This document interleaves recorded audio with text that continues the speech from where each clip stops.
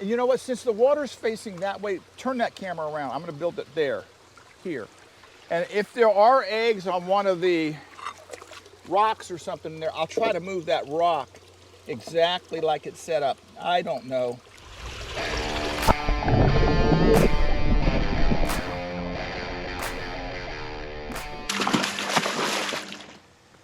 Hey everybody, welcome back to Florida Exotic. We're heading out here to do a quick YouTube video. The reason it's going to be quick is because we're having an intense mosquito attack on this farm. It happens every now and then, especially when we get a west wind. We've had a west wind coming from the Everglades, which is only about 8 miles that way, if not closer. And they blow in these little salt marsh mosquitoes. So all of us are covered with a mosquito repellent, which we hate because it makes you sting in the heat. But these little guys, they're teeny little guys, and they pack a wallop of a sting, and they sting you over and over and over again. Yeah, they're like a SWAT team. You whack them off, and they turn around and come back with a vengeance. Yeah, and you'll be standing out. If you didn't have, if I wasn't cut, I even sprayed this shirt. If I didn't have this shirt sprayed, I guarantee you my back would be covered in them. So we're gonna do two things real quickly and then run. And if you don't like it, don't like it. But anyway, we're gonna do orange cap ventralis. Check them, because when I was walking by here the other day, I noticed two things. Number one, I got way too many females. And number two, there's babies in here. And then C, there's also fish maybe holding. So I'm gonna check that. Then we're gonna run and check the Trets. We were in there the other day and there was baby Trets. Well, not babies, 1.5 to 2 inches. But then when we were draining it, the male came roaring out. He was tacking the hose and tacking my finger. So I'm wondering if there's little fry, and we got to get those other babies out. So it's going to be we're going to have to be, there's a possibility we'll lift up the rocks and there's either little teeny fry under there, or there could even be eggs under there. But for whatever the situation, we got to check it out. And we're going to do it fast, because it seems like some of these mosquitoes are deep woods off. Love it. This is our orange cap ventralis. Cool fish. These are wild. And unfortunately, some of my thought I was looking at females were actually males. She's got, see, there's a I think there's a mosquito. Is there a mosquito on my arm? Nope, I don't see it. Yes, but it feels like it. We get these ghost feelings. We call it the heebie-jeebies. Yeah. I don't know if that's, you know, sometimes I say stuff and it says, no, you can't say that, because 3 years ago somebody said something, and I'm going, well, what the heck does that mean? Anyway, yeah, that's what we call the heebie-jeebies. So when you go to, finally done for the day, and you go in and you sit down and you swear you're being attacked. But like, for example, at my little shack where I stay while I'm down here, you know, everybody's come over this morning to talk to me. It's just like banged on the door, yeah, come in, and then just run in, because they surround the door. They're everywhere. And we call the mosquito people, spray people. They come out, do a nice job.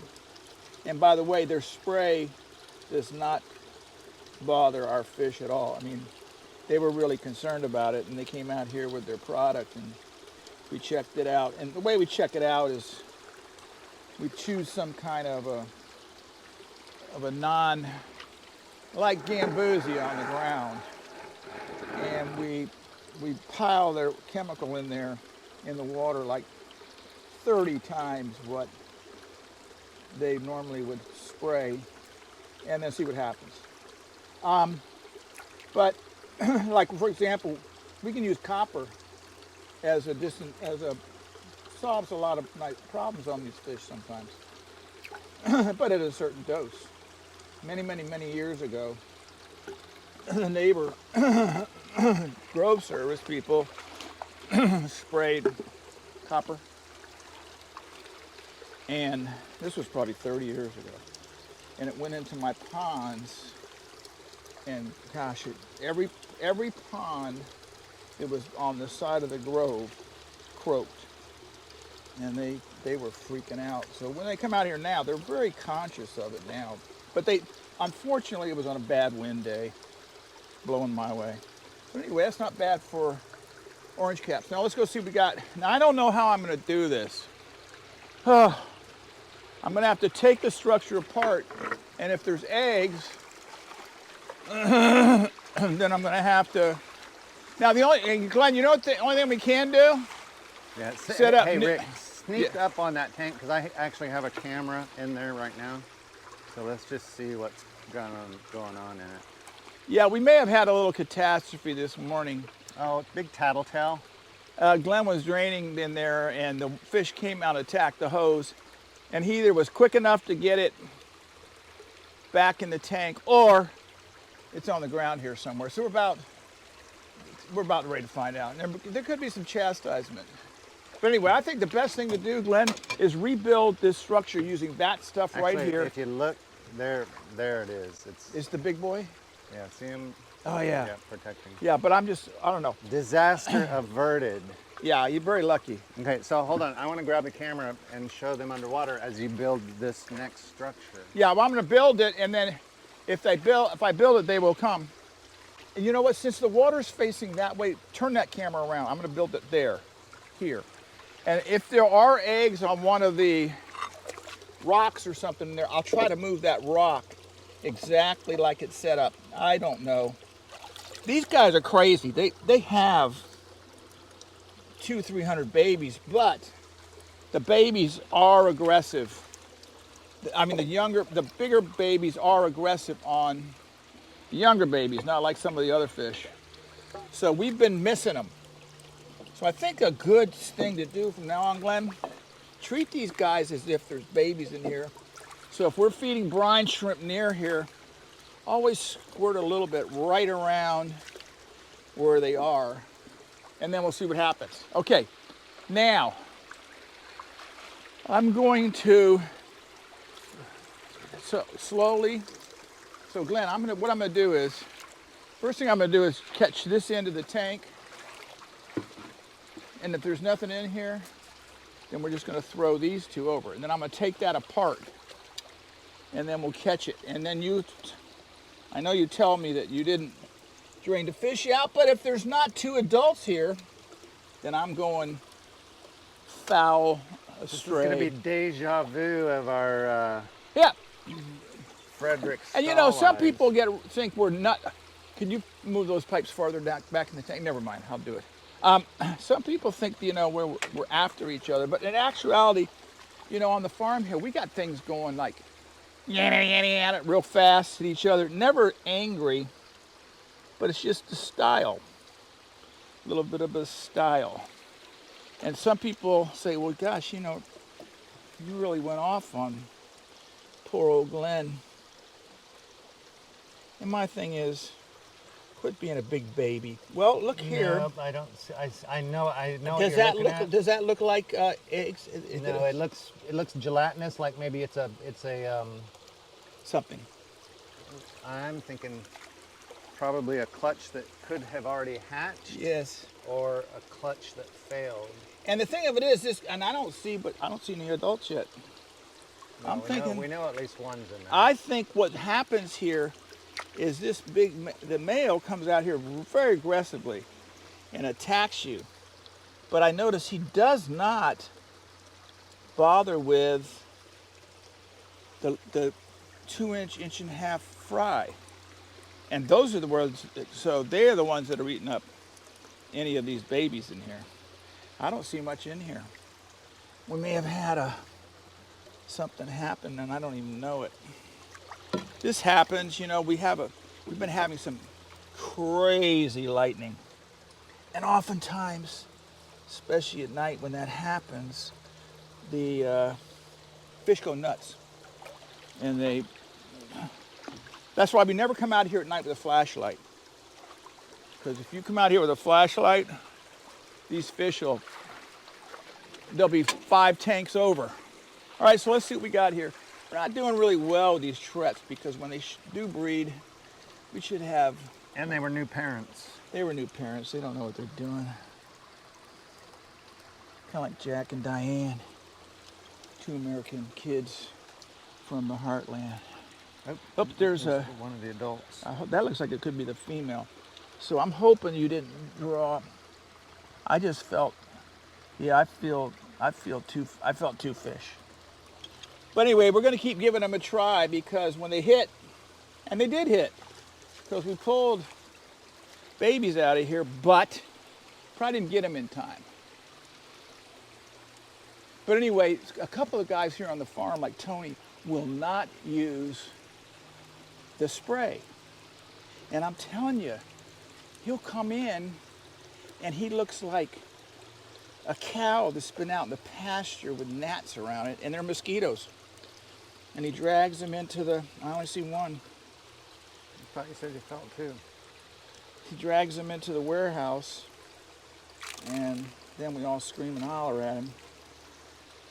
What are you doing? What is that, male or female? Female. That's the smaller one though, right? Well, there was only one. Or you couldn't, yeah, because we remember when the other colony failed, we put the female back over there. Let me have some water. Now these guys right here, these have got to be a month and a half old. So we need to get on these. We need to check them. Most people breed these in glass tanks, and what they do is they take a flashlight, they look in there when the males or whatever are being real aggressive, and I don't see anything else, Glenn. So it's a possibility that our young, fertile, gorgeous, best Tret that's ever been on the planet got drained out by Mr. Quick Hose. Here, I'm thinking. Or he's still in the tank. You know how they are. And you know what else? Look, keep in mind. I mean, he was in here yesterday because he was battling my finger. Well, what was strange is that we would always see him come out and show aggression, but then I guess if I did, in fact, never the female. Send the other one down, that the female finally came out. Maybe she was being held against her will. Could be. Don't start with that. We could be getting phone calls. Well, we may have to search for another male. And if so, we'll let that female kind of hang. Now we're going to put these in the warehouse. Back. Really? Yes. Why don't we leave them out here? Because in this tank right here? Yeah. Well, I guess we could. I mean, this is their home. Yes. Okay, let me check around that pipe one more time. I thought I felt a bigger fish. Now, it could be on the ground. It has happened this morning. It could be on the ground somewhere and show up. It could either show up and we'll catch it, or it could show up with no head because the raccoons got it. Nothing's around here, Glenn. Bummer. Anyway, you want to grab one out of there? Sure. I know there's a huge one over there, but he's no good. He's too. You can dump those back. He's way too mean. I mean, too big. But we got some spares over here. Now, if we would get a nice east wind this weekend, now there's one right here that looks like he's hanging in this pipe like he's trying to get a female involved in his little life. If we get some east wind this weekend, these mosquitoes will be blown away. And then we won't have to deal with them next week. But I don't know. But I'm surprised that we're not being eaten up, but I am covered. I mean, I didn't even spray this shirt in the house before I even came out here. This is one of our, what do we call these, Glenn? Aquariums. Yep. And there's a nice daffodil. And we just throw extra stuff from the warehouse out here. And